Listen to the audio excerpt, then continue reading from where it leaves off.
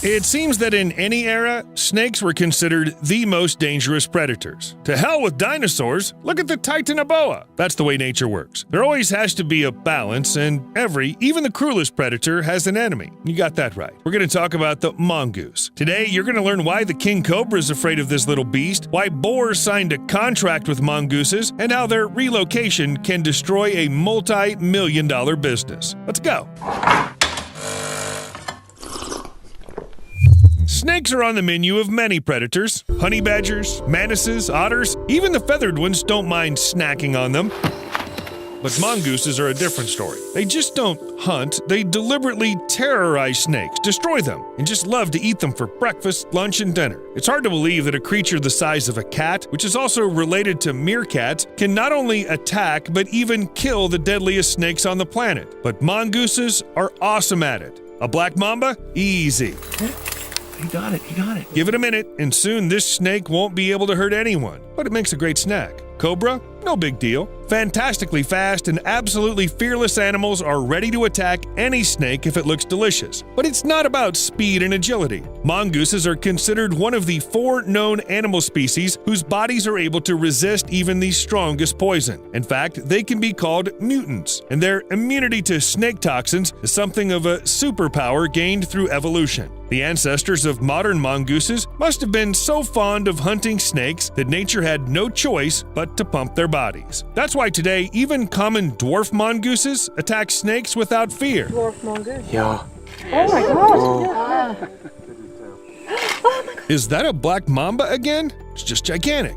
And this mongoose weighs like 8.8 ounces. It's 5 times smaller than a snake. Does it bother it? Ha! This beast doesn't even think about backing down. Maybe it's just really hungry. In such cases, people go to McDonald's. Well, things are a little more complicated in the life of a mongoose. They gotta catch their poisonous Big Mac first. And nothing will stop a mongoose that wants to eat a snake. It'll even climb a tree if it has to. See this? There's the mongoose, and there's another black mamba, which was probably just hanging on a branch and thinking about its snake life. A life where you can be one of the deadliest animals on the planet, and still there's some overgrown meerkat bothering you. And nothing will stop it. Neither aggression, nor venom, nor a tree. And it's probably very unpleasant to fall from it. If a mongoose wants to eat the snake, it'll get it, sooner or later. Needless to say, humans couldn't ignore animals that weren't afraid of snake bites. Here, monster.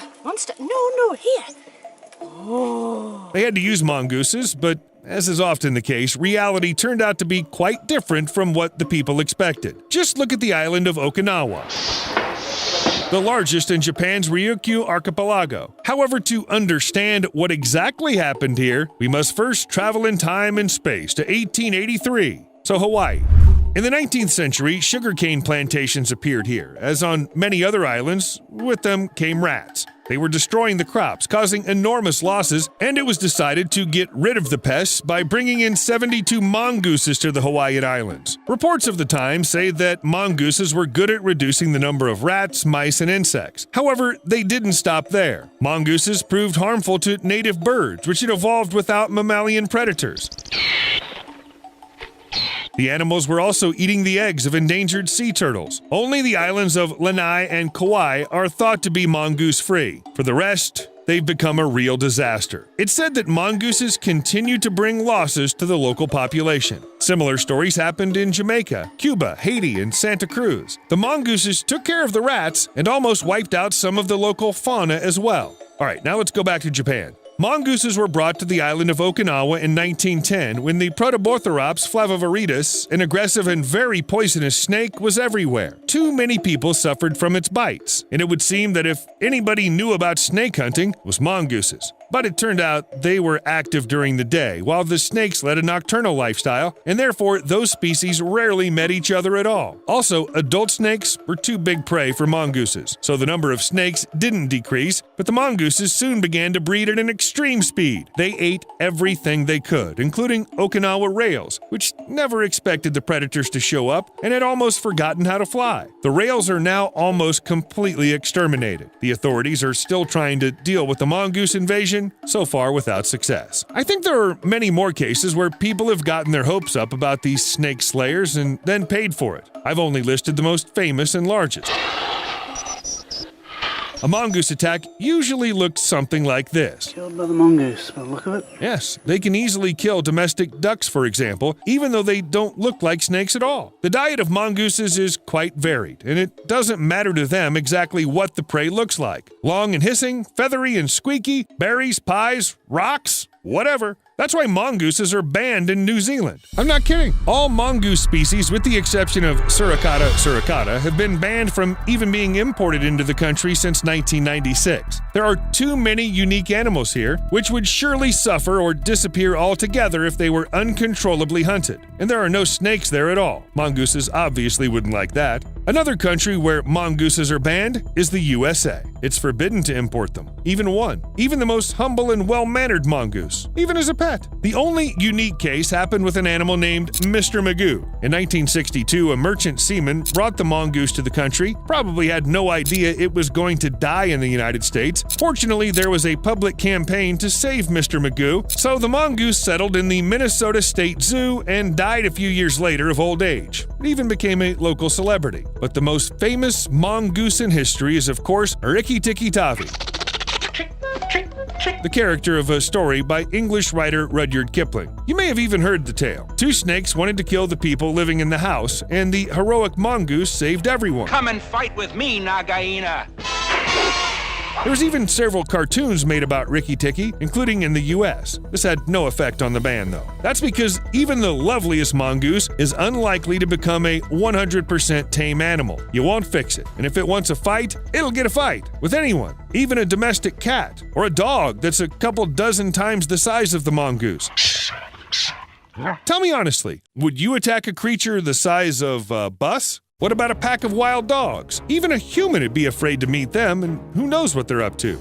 Mongooses aren't afraid. Look, they attack dogs like they've been fighting them all their lives. They huddle together, covering each other, threatening to bite, constantly moving, not letting themselves get taken by surprise. And one mongoose can easily scare off a lone dog. A prey that behaves this way doesn't look delicious at all. It seems that the other mongooses are cheering on the fighter this time. Maybe they're taking bets. Look, don't you think this group of animals looks like a street gang? Little outlaws ready to fight anyone and eat anything? Here, for example, they're attacking a python. Note that it all starts when one brave mongoose goes out to see if the prey is dead. Well, then you can eat. Here's a bigger snake. It's alive too. It seems a little over the top for a gang like this, but that's okay. I wouldn't be surprised if the mongooses called their distant relatives from the neighboring forests, and then no one is likely to come. If other mongooses do show up, they'll forget about the snake because they have better things to do. War of the clans, battle for the neighborhood, redistribution of territory. The mongooses line up in front of each other, then suddenly rush into attack.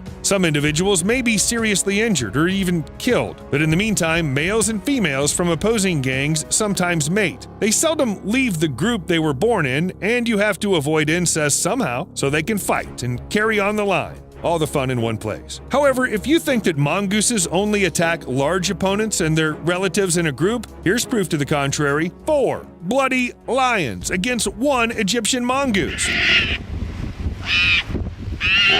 I think the dictionary should have a picture of it opposite the word courage. But why do mongooses even form gangs if they can take care of themselves? Well, many species, such as mungos, are very social animals. They live in large, close-knit groups of 7 to 40 individuals, and these individuals stick together. There's no clear hierarchy in the group, only notional domination by age. Conflicts are minimal, everyone sleeps and eats together, even births are almost synchronized. That's why the whole gang takes care of the babies. The younger generation is guarded and nurtured, and each mongoose can count on the help of the others. In short, something like tailed mafia. And as you can see, mongooses from different groups are irreconcilable enemies. Each pack desperately defends its home. As soon as one gang notices the other, there will always be bloodshed. And the battles can last for hours, with serious losses on both sides. Classic. All that's missing is gunfights and Marlon Brando. Honestly, I was beginning to think that mongooses were ready for conflict with absolutely any creature. Still, there are animals that can make friends with them, or rather, sign a kind of contract of mutually beneficial cooperation, and these creatures are warthogs. To put it simply, like Pumbaa from The Lion King. Why is everyone looking at me? The warthogs just love mongooses. They let them run all over themselves, touch them with their paws, even get their snouts right into their ears, anything for a spa right in the middle of the savannah. Mongooses catch annoying insects like ticks, relieving warthogs of the itch while they themselves get a protein-rich meal. And everybody's happy. By the way, outside of the Disney universe, warthogs are fearsome animals with huge fangs that pose a danger to anyone in the vicinity. One casual shake of the head is enough to give a mongoose a fatal wound. Does that stop mongooses?